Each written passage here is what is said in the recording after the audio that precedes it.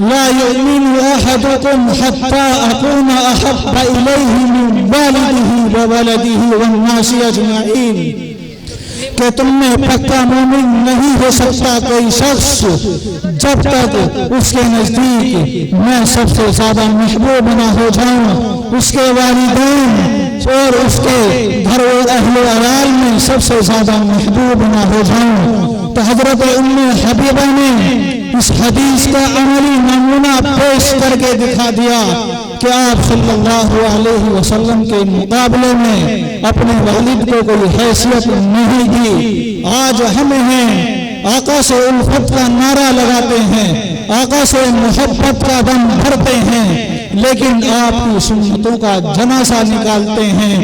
کسی عربی شاعر نے فرمایا تاسی الہ وانت تظہر حبہ هذا لعمری فی القیاس بدیع ان کان حبک صادقا لأطعته ان المحب لمن يحب یطیع کہ تو اللہ کی نافرمانی کرتا ہے اور آقا سے محبت کا دعویٰ کرتا ہے، یہ تو خدا کی قسم بڑی عجیب بات ہے، اس لیے کہ ان کان حبک صادقا لأطعته اگر تیری محبت سچی ہوتی تو تو حضور اقدس صلی اللہ علیہ وسلم کی اطاعت کرتا، آپ کی پیروی کرتا۔ ان کان حبک صادقا لأطعته فإن المحب لمن يحب یطیع اس لیے کہ یہ ایک دستور ہے، ایک قانون ہے، جو شخص جس سے محبت کرتا ہے اس کی بات مانتا ہے، اس کی بات پر عمل کرتا ہے۔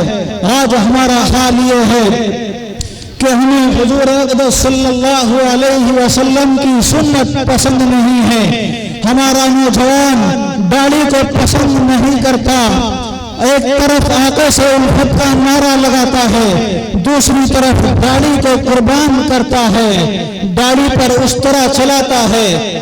آقا انعامدار محمد عربی صلی اللہ علیہ وسلم کی سنتوں کا جنازہ نکالتا ہے، اور حد تو یہ ہو گئی ہے کہ بھائی تجھے داڑھی رکھنی ہے نہ رکھ، لیکن میرے آقا محمد عربی صلی اللہ علیہ وسلم کی سنتوں کا مذاق تو نہ بنا، داڑھی کے اندر ڈیزائن بنا کر حضور اقدس صلی اللہ علیہ وسلم کی سنت کا مذاق نہیں تو اور کیا ہے۔ اللہ تبارک و تعالی ہم سب کی حفاظت فرمائے۔ تو دوستو میں حقوق العباد بیان کر رہا تھا، حقوق العباد کے اندر زوجین کے آپسی حقوق ہیں۔ یقیناً آپسی زندگی کے اندر ترش روئی اور ناگوار زندگی دیکھنے کو مل سکتی ہے، لیکن اگر ہمیں زندگی کے سفر کو آگے بڑھانا ہے، ہمیں کامیاب زندگی گزارنی ہے تو معافی اور درگزر سے کام لینا ہوگا۔ اس لیے کہ اللہ تبارک و تعالیٰ نے ارشاد فرمایا وَسَارِعُوا إِلَى مَغْفِرَةٍ مِّن رَّبِّكُمْ وَجَنَّةٍ عَرْضُهَا السَّمَاوَاتُ وَالْأَرْضُ أُعِدَّتْ لِلْمُتَّقِينَ الذين ينفقون في السراء والضراء والكاظمين الغيظ والعافين عن الناس۔ اللہ تبارک و تعالیٰ ارشاد فرماتے ہیں کہ اے لوگو دوڑو، کوشش کرو، اللہ کی جنت کے لیے، اللہ کی مغفرت کے لیے کوشش کرو۔ وہ مغفرت، وہ جنت ان لوگوں کے لیے ہے جو اللہ سے ڈرنے والے ہیں، اور اللہ سے ڈرنے والوں کی صفت اللہ نے آگے بیان فرمائی۔ اللہ نے ارشاد فرمایا الذین ينفقون فی السراء والضراء کہ وہ لوگ ہیں جو ہر حالت میں چاہے تنگ دستی ہو، فراخی ہو، اللہ کے راستے میں خرچ کرتے ہیں۔ والکاظمین الغیظ اور یہ لوگ غصے پر کنٹرول کرتے ہیں، غصے کو پی جانے والے ہیں۔ والعافین عن الناس اور لوگوں کو معاف کرنے والے ہیں۔ تو اس لیے میرے بھائیوں اس آیت کے پیش نظر ہمیں اللہ کی مغفرت بھی طلب کرنی ہے، اللہ کی جنت کے لیے بھی کوشش کرنی ہے۔ تو ہمیں اپنے گھر کے اندر معافی سے کام لینا ہے، درگزر سے کام لینا ہے۔ اللہ تبارک و تعالی ہم سب کو عمل کی توفیق عطا فرمائے۔ وآخر دعوانا ان الحمدللہ رب العالمین۔ محترم حضرات، جیسا کہ ابھی مفتی صاحب